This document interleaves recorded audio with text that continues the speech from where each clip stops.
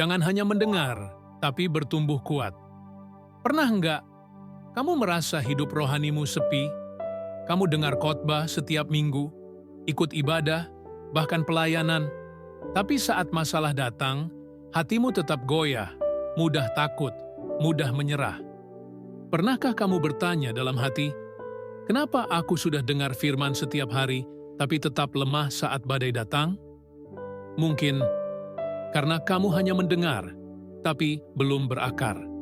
Sebelum lanjut, jangan lupa share dan follow Dosis Happy di Facebook, Instagram, TikTok, dan YouTube, biar semakin banyak orang yang dikuatkan lewat firman Tuhan.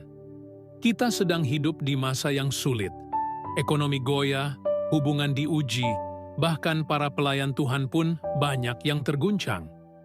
Dan Alkitab sudah berkata, di akhir zaman semuanya akan diuji. Bukan hanya iman kita, tapi juga fondasi hidup kita. Masalahnya, banyak orang hanya mendengar firman, tapi tidak melakukannya. Firman itu hanya lewat seperti angin, masuk dari satu telinga, keluar dari yang lain. Dan saat badai datang, mereka mudah roboh, karena akar imannya dangkal. Tapi Tuhan ingin kita bukan hanya menjadi pendengar, melainkan pelaku firman. Karena kekuatan sejati bukan datang dari banyaknya ayat yang kita hafal, tapi dari firman yang benar-benar kita hidupi. Yesus berkata dalam Matius 7:24, "Setiap orang yang mendengar perkataanku dan melakukannya, ia sama seperti orang bijak yang membangun rumah di atas batu." Ketika badai datang, bukan jika, tapi ketika, hanya mereka yang berdiri di atas batu itu yang akan tetap kuat. Moral cerita, firman Tuhan bukan sekadar untuk didengar, tapi untuk ditanamkan. Bukan hanya jadi pengetahuan, tapi jadi kekuatan. Sebab iman yang tidak bertindak akan rapuh di tengah guncangan.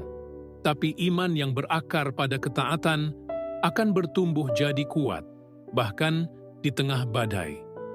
Kalau kamu diberkati lewat renungan ini, jangan lupa share dan follow Dosis Happy, supaya lebih banyak orang dikuatkan juga.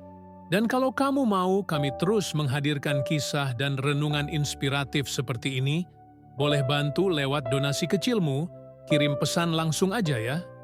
Tulis di komentar, "Aku mau jadi pelaku firman, bukan hanya pendengar."